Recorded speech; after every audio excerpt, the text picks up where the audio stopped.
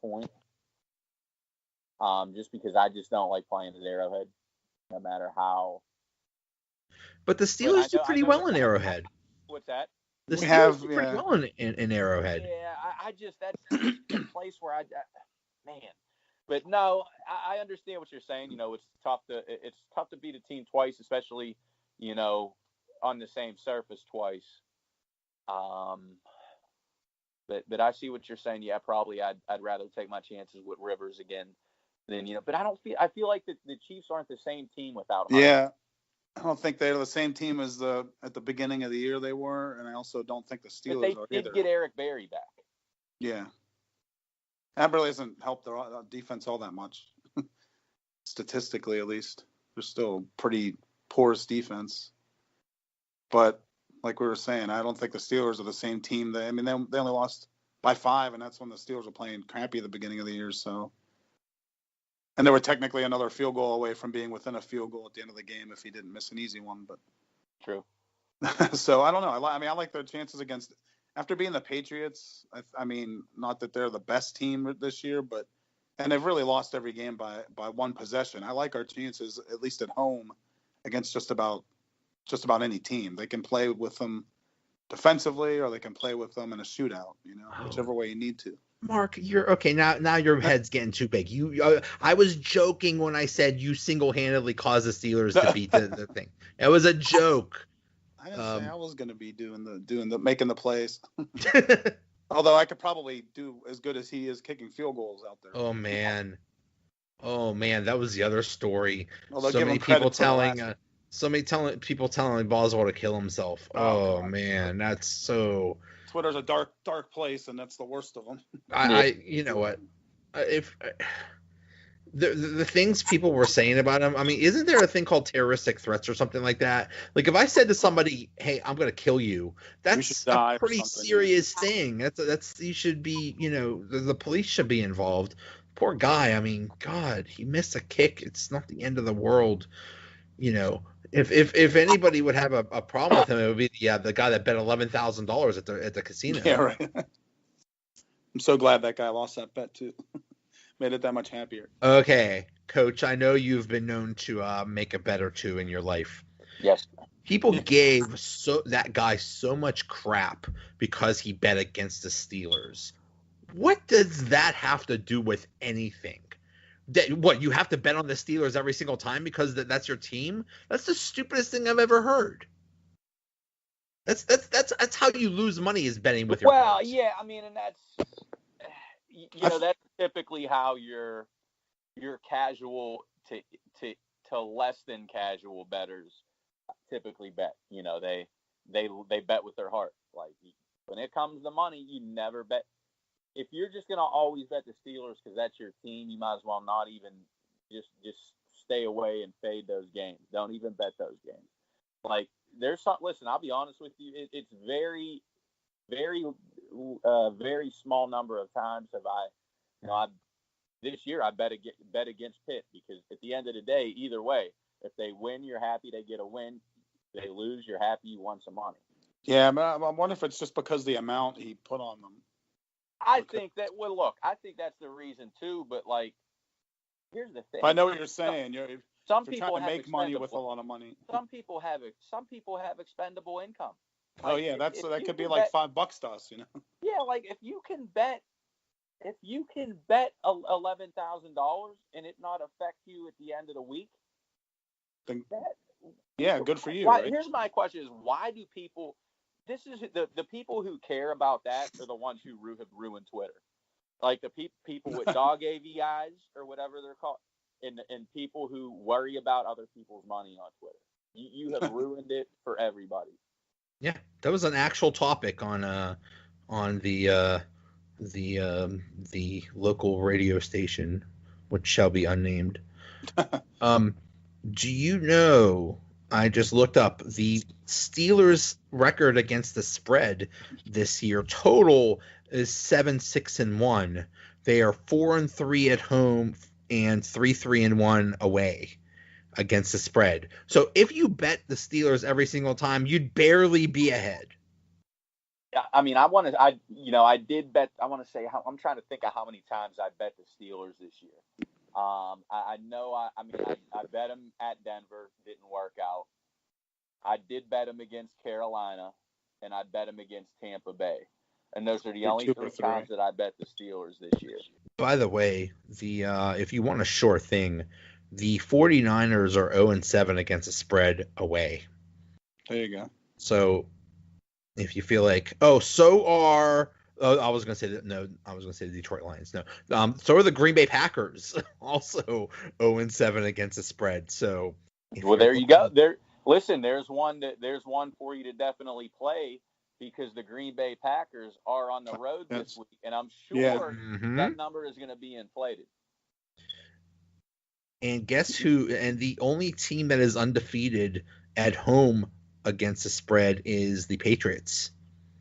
Oh yeah, well, they are 6-0 against the spread at home. So there you go. Forget about Christmas. Go bet on the Patriots at home. Especially against the Bills. Yeah, Bills are 2-5 against the spread. I've been thinking about doing a gambling segment too, but that's another thing we should do. I love it. Go to the sports book and do a show. No, let's do like a stone cold lead pipe locks, like 3 games. 3 games. Where like your lock pick or I something. Like it. Yeah. I like where you're going with this. And then gambling and betting lines, I like where you're going. And then we'll see how we do. I'll tell you what I am too is I'm a big prop bet guy. Like, I'm a big player prop guy. Like, every week I always bet prop bets, player props. Like okay. Up until this week, he didn't hit. I've been riding Antonio Brown over 6.5 receptions. For like 3 or 4 weeks before this week, I've hit the over, but he didn't get it. Yeah, they did. Well, that was one of the things the Patriots did. You could see they were just watching Juju and Brown, and the rest were all one-on-one. The future is bright at the donut bag. Look at all these ideas we're coming up with. Oh, and by the way, next week is our award show, the Baggies, I love where we celebrate the best of the year and the worst, and the worst. Yeah, they could be in the doggy baggie, but I will be dressed up in a tux. Everybody has to dress up. It's going to be no one will see you, but you can just say it. Yeah. Well, yeah. That's another thing coming next year. Hopefully, is video. So there we go. Yeah. So comb your hair or something. I don't know. But anyway, take a shower. Yeah, take a shower. We don't want to smell you over the. Anyway, the Monday night game is Denver at Oakland. I'm taking Oakland because Denver has the dumbest coach in the world since Hugh Jackson. He makes the Denver coach, what was his name, Vance something? Joseph or no? Vance Joseph, I think. Yeah. He makes Hugh Jackson look like a genius. They gave away that Cleveland game. I'm with you. I'm going Oakland. You know what? Another thing is, I believe it's the last game ever in Oakland. Is it? Is this the last game there? Could be wrong on that, but because could be. I hope they have the most extreme police presence. It's going to be a madhouse. They're going to tear that place apart. That place, listen, that place may not be intact on Tuesday. By the end of the game, it's going to start imploding before the game's over. Somebody check the over/under at the Rivers on fights in the stands at that game. That's a good problem. Yeah, right. That's a good bet.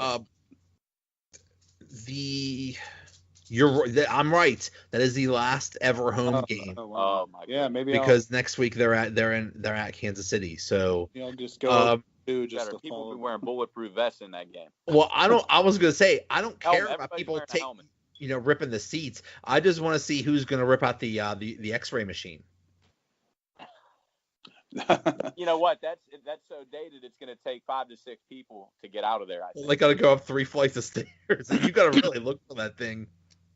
It's actually somebody. Their X-ray machine is actually like the Flintstones. Somebody just looks and and somebody hits a stone tablet. Yeah, and that's how they come up with the X-ray. Very Flintstones like.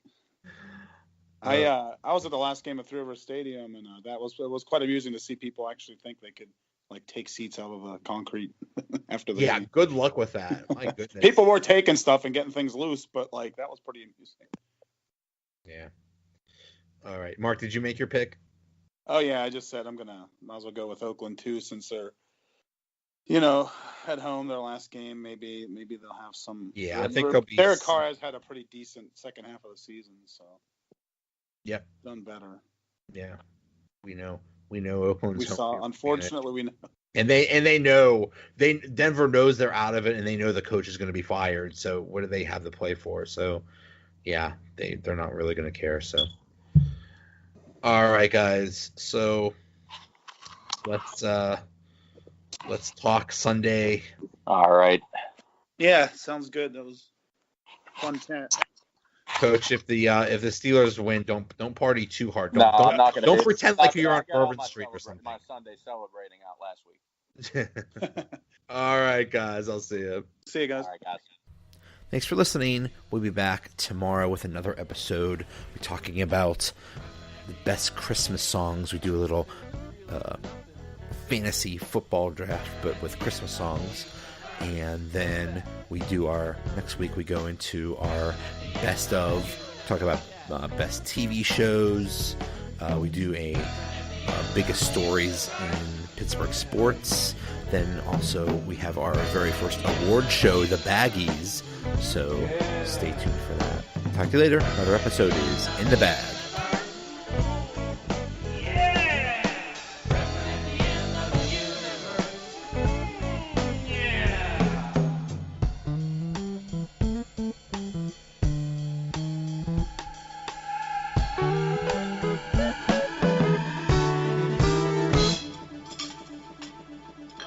Special or coffee?